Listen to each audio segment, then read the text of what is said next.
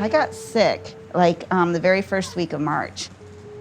I just was having a hard time holding myself up. I had a high fever. I had the cough, the fast heart rate, the sore throat.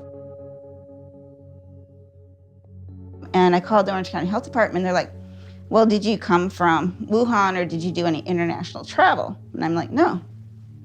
So they said, sorry, we won't test you. When did you realize, I'm not getting better? I hit my head, I cracked my head, it was all bloody and stuff, but my sore throat wasn't going away. And I'm like, maybe I got cancer. I went in the first week of August to the clinic, and I was kind of scared at that point. I'm like, there's something really wrong here. And the doctor's like, whoa, I'm not even gonna touch you till you take a test for COVID. And I tested positive for the antibodies. I did have COVID. I had it and I had quote unquote recovered. Lenore Albert is what doctors refer to as a COVID long hauler, someone who's recovered from the infection but faces lingering symptoms.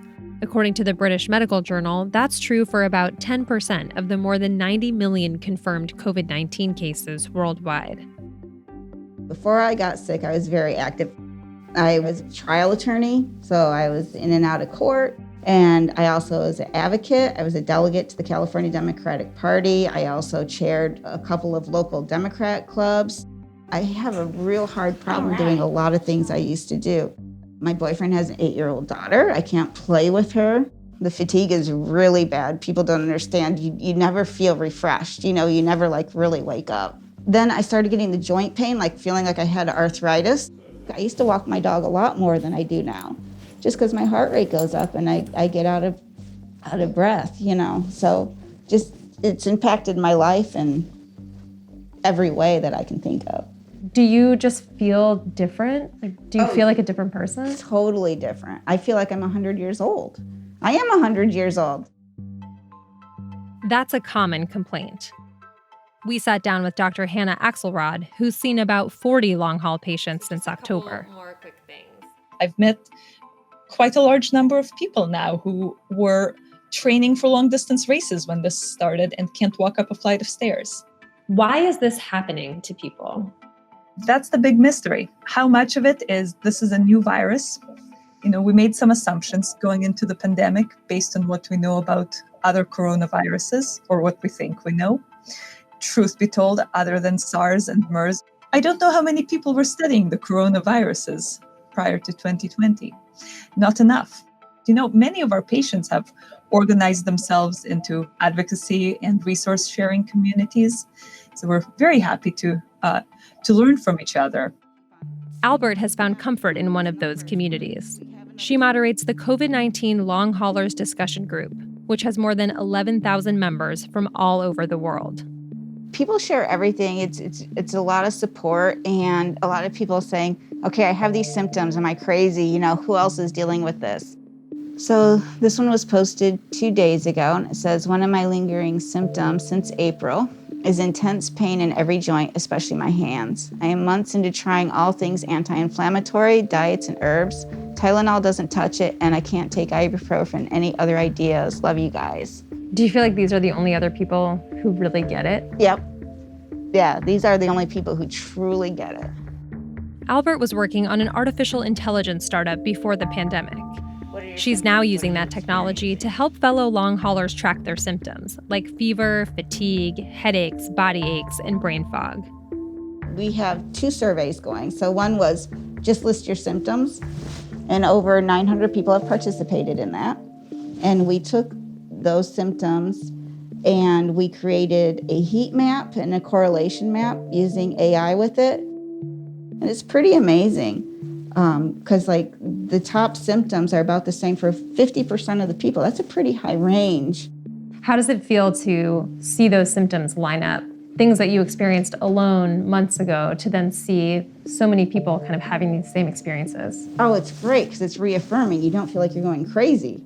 Has that been a big challenge, getting people to believe you about your symptoms? although the doctors are sympathetic, some of them, I don't even think they get it. They don't understand what it really means because they don't see something bleeding. They don't see this, huge lab result that they're used to seeing. They're used to checking off this list. Well, we don't check off a list.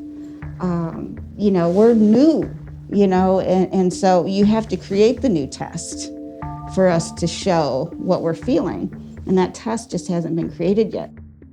I expect that a year from now we will have, I'm not saying we'll have a pill for long haul COVID, but we will have treatment strategies because we already have more information now than we did 3-4 months ago. But in the most immediate sense, we can be here for each other as human beings. Even though you have this diagnosis, there's not that much that you can do. So far, they haven't found the trick. What is your hope that comes out of this group? What's the goal in gathering all this data? We'll be able to predict this whole trajectory. If these are your symptoms that you had now, we can tell you in the future what your future holds for you. And that's one of the worst things about having long COVID is no one can tell us what our future holds for us.